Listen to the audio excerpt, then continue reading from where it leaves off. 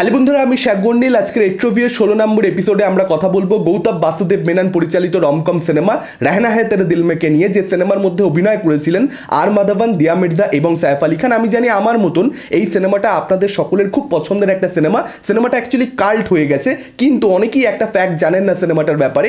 Original সিনেমাটা কিন্তু এটা নয়। অরিজিনাল সিনেমাটা হচ্ছে একটা তামিল ছবি মিন্নালে, যে ছবিটার পরিচালক হচ্ছেন গৌতম বাসুদেব মেনন, এবং সেই ছবিতে শুধুমাত্র আর মাধবন ছিলেন, বাকি কাস্টিং কমপ্লিটলি ডিফারেন্ট ছিল। দিয়া মির্জা বা সাইফ আলী খান ছিল না, তারা হিন্দি রিমেকটাতে ছিল। যখন এই হিন্দি রিমেকটা মুক্তি পায়, বক্স অফিসে একেবারে মুখ থুবড়ে পড়ে, ফ্লপ বললেও ভুল হবে, ডিজাস্টার হয় ছবিটা। তখন ধরে নেওয়া হয় আর মাধবন কিংবা দিয়া মির্জার এদের কিছু হবে না, এদের কোনো কেরিয়ারই নেই, এদের কোনো ফিউচার নেই, এরা শেষ। এত বাজেভাবে পিটেছে ছবিটা, এদের আর কিচ্ছু হওয়ার নয়। কিন্তু তারপর এই সিনেমাটাকে নিয়ে ওভার দি ইয়ার্স কী হয়েছে সেটা আমরা সকলেই জানি।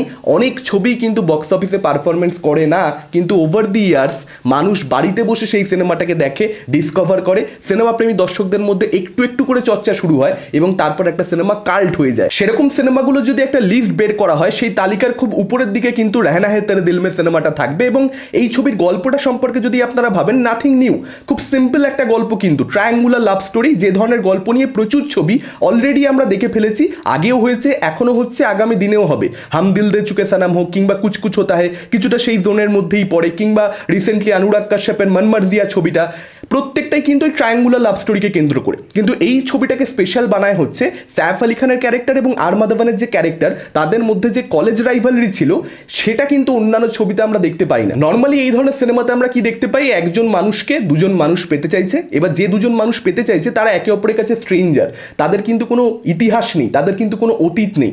এই সিনেমাতে কিন্তু সেটা নয়। এই সিনেমাতে কিন্তু এখানেই অন্যান্য সিনেমাগুলোর তুলনায় আলাদা হয়ে যায়, যে এখানে কিন্তু আর মাধবনের ক্যারেক্টার এবং সাইফ আলী খানের ক্যারেক্টারের মধ্যে একটা ইতিহাস রয়েছে, ওদের একটা অতীত রয়েছে, এবং সেই শত্রুতাটা এই প্রেমের মধ্যে একটা ইম্পর্টেন্ট ফ্যাক্টর হিসেবে কাজ করছে গোটা ছবি জুড়ে। তার সঙ্গে সঙ্গে আর মাধবনের যে ক্যারেক্টারটা, সেটা কিন্তু স্পেশাল বানায় এই ছবিটাকে। আর মাধবনের ক্যারেক্টারটা কাইন্ড অফ ব্যাড বয়, একটা এমন ছেলে যে মেয়েদেরকে বেসিক্যালি খুব একটা পছন্দ করে না, মেয়েদেরকে সে সঠিকভাবে ট্রিট করে না, এগুলোকে কিন্তু ফার্স্ট একটা এস্টাবলিশ করা হয়েছে। এবার তারপর আমরা দেখতে পাচ্ছি ব্যাড বয় কিভাবে একটা মেয়েকে জাস্ট একদিন হঠাৎ করে রাস্তায় দেখতে পেয়ে পছন্দ হয়ে যাচ্ছে এবং তাকে ভালোবেসে ফেলছে। লাভ এট ফার্স্ট সাইট যেটাকে আমরা বলি। আমরা যারা 90s কিড, আমার জেনারেশনের যারা আছেন, স্পেশালি আমি এই এজ ব্র্যাকেটটার মধ্যে বলতে চাইবো, তারা কিন্তু এই লাভ এট ফার্স্ট সাইট জিনিসটাতে রিয়েলি বিলিভ করে।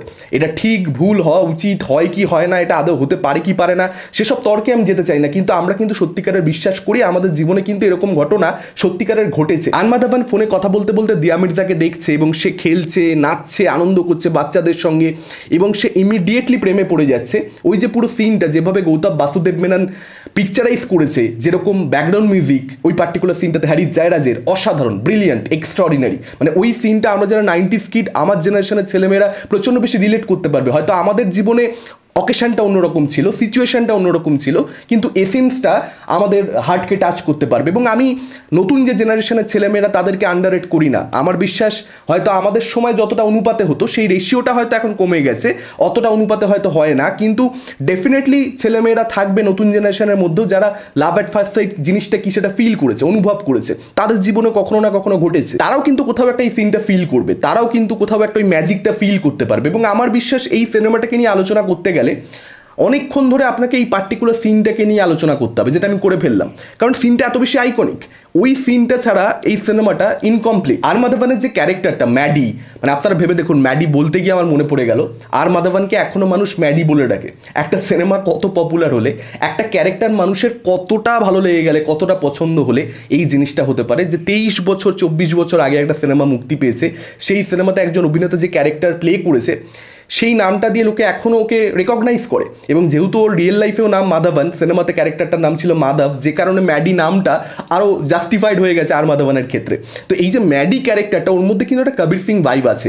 মানে সিনেমাতে বেশ কিছু দৃশ্য এরকম রয়েছে যেগুলো এখন আপনি দেখলে আপনার মনে হবে যে হ্যাঁ, এখন যে সমস্ত রিজনে একটা সিনেমাকে বা একটা ক্যারেক্টারকে সোশ্যাল মিডিয়াতে পলিটিক্যালি ইনকারেক্ট বলে দেওয়া হচ্ছে, বা অনেক সময় ডিরেক্টরকে ব্লেম করা হচ্ছে যে এগুলো কি করে একজন ডিরেক্টর দেখাতে পারে, একটা ক্যারেক্টার তার মধ্যে এরকম ধরনের অ্যাঙ্গার ইস্যুজ রয়েছে, সেই ক্যারেক্টারটা সবসময় মহিলাদেরকে ট্রিট করে না সঠিকভাবে, ইনফ্যাক্ট সে যাকে ভালোবাসে বলে দাবি করছে সত্যিকারে ভালোবাসেও ইনফ্যাক্ট ম্যাডি ক্যারেক্টারটা, এটা তো কেউ মানে এটা চরম ফেমিনিস্টকে অস্বীকার করতে পারবে না যে ম্যাডি অ্যাকচুয়ালি দিয়া মির্জার ক্যারেক্টারকে প্রচণ্ড ভালোবাসত, কিন্তু যখন ও রেগে যায় তখন কিন্তু একটা সময় অবধি নিজেকে কাম রাখবার চেষ্টা করে, প্লিজ প্লিজ প্লিজ প্লিজ করে, দেখবেন এরকম সিন রয়েছে যেখানে দিয়া মির্জাকে কনভিন্স করার চেষ্টা করছে যে ও যে ভুলটা করে ফেলেছে, জেনে বুঝেও সেই ভুলটা করেছে, হতে পারে জেনে বুঝেই করেছে, কিন্তু ওর রিজন ছিল, ও করতে বাধ্য হয়েছিল, আদারওয়াইজ ও দিয়া মির্জার ক্যারেক্টারকে কোনোদিন পেতোই না নিজের কাছে।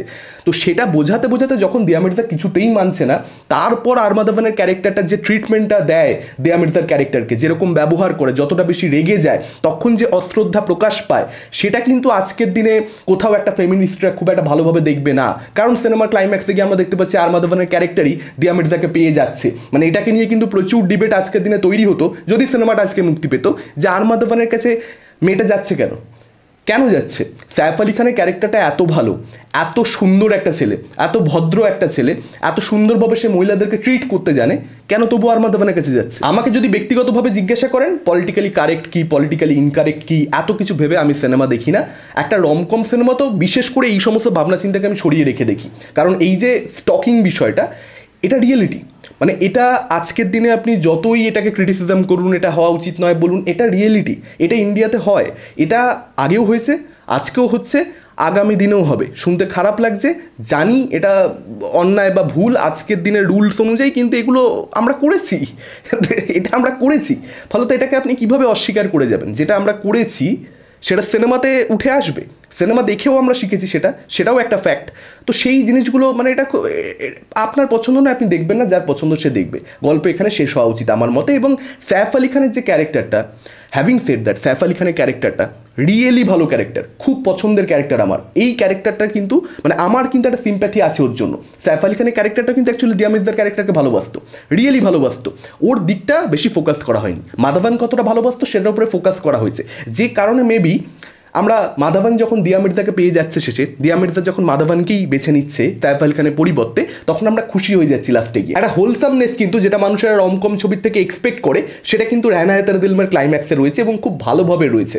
আর ছবিটাতে দেখুন, এই কথাগুলো তো বলার আর অপেক্ষা রাখে না যে আর মাধবন এবং দিয়া মির্জা তাদের কেমিস্ট্রি অসাধারণ, তাদের মধ্যে প্রেমটা যেরকম সময় নিয়ে ধীরে ধীরে ধীরে ধীরে ডেভেলপ করা হয়েছে। আসলে কিন্তু ছবিটা বেশ বড় ছবি এবং ছবিটাতে কিন্তু অনেকটা সময় নিয়ে প্রেম ডেভেলপ করা হয়।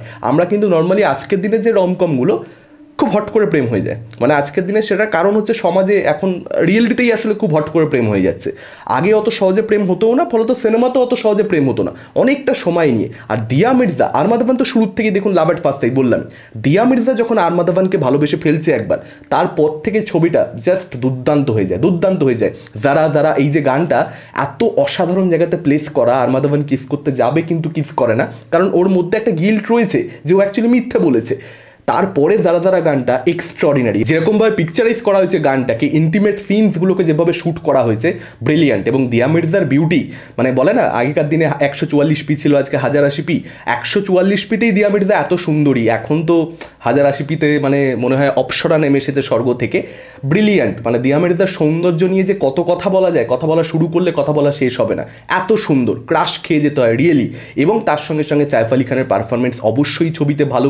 যখন হার্ট ব্রেক হচ্ছে, হার্ট ব্রেকটাও কিন্তু আর মাধবনের ক্যারেক্টারটার খুব সুন্দরভাবে দেখিয়েছে। সত্যিকারের কিন্তু ক্যারেক্টারটার জন্য একটা সিম্প্যাথি তৈরি হয়, দুঃখ লাগে যে ইস এরকম হলো, এই ভুলটা তো তুই করেছিস বাবা, এখন তো তোকে ভুগতে হবে, সেটাও মনে হয়, কিন্তু দুঃখ অ্যাট দ্য সেম টাইম হয়। এবং সুন্দর সুন্দর যে গানটা, সেখানে আর মাধবনের পারফরমেন্স টেরিফিক, গানটা যত সুন্দর আর মাধবনের পারফরমেন্সও তত সুন্দর। এবং ম্যাডির সঙ্গে ওর বাবার মানে অনুপম খের যে ক্যারেক্টারটা প্লে করেছে, ওদের মধ্যে যে ইকুয়েশনটা, সেটা খুব সুন্দর দেখিয়েছে। অনুপম খেরের ক্যারেক্টারটাকে প্রত্যেকেরই ভালো লাগে আমি জানি।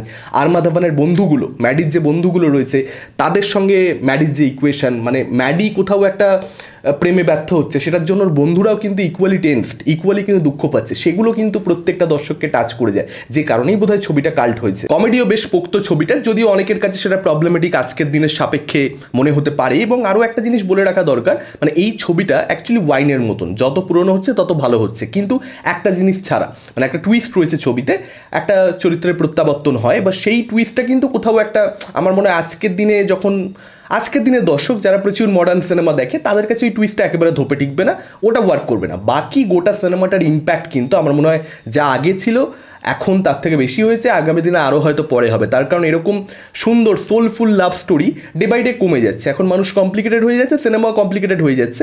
সিম্পল স্টোরির ওপরে খুব সুন্দর একটা ছবি, খুব সুন্দর প্রেমের ছবি, আমরা দেখুন না আপনারা, প্রেমের ছবি এখন হওয়া বন্ধ হয়ে গেছে। সেখানে দাঁড়িয়ে রেহনা হ্যায় তেরে দিল মে যারা প্রেমের ছবি দেখতে পছন্দ করেন তাদের জন্য একটা মাস্ট ওয়াচ, মানে রেকমেন্ডেড, হাইলি রেকমেন্ডেড। আপনারা দেখুন, আপনারা প্রচণ্ড আনন্দ পাবেন আমার বিশ্বাস। আপনাদের কি মতামত? যারা ছবিটা, আমার বিশ্বাস প্রত্যেকেই হয়তো ছবিটা দেখে ফেলেছে, আপনারা ডেফিনেটলি কমেন্ট করে আমাদের জানাতে পারেন। এই ভিডিওটা ভালো লাগলে লাইক করতে পারেন, শেয়ার করতে পারেন। আমাদের চ্যানেল নতুন হলে চ্যানেলটাকে অবশ্যই সাবস্ক্রাইব করতে পারেন। আজকের মতন টাটা, চোখ রাখুন পরবর্তী ভিডিওতে।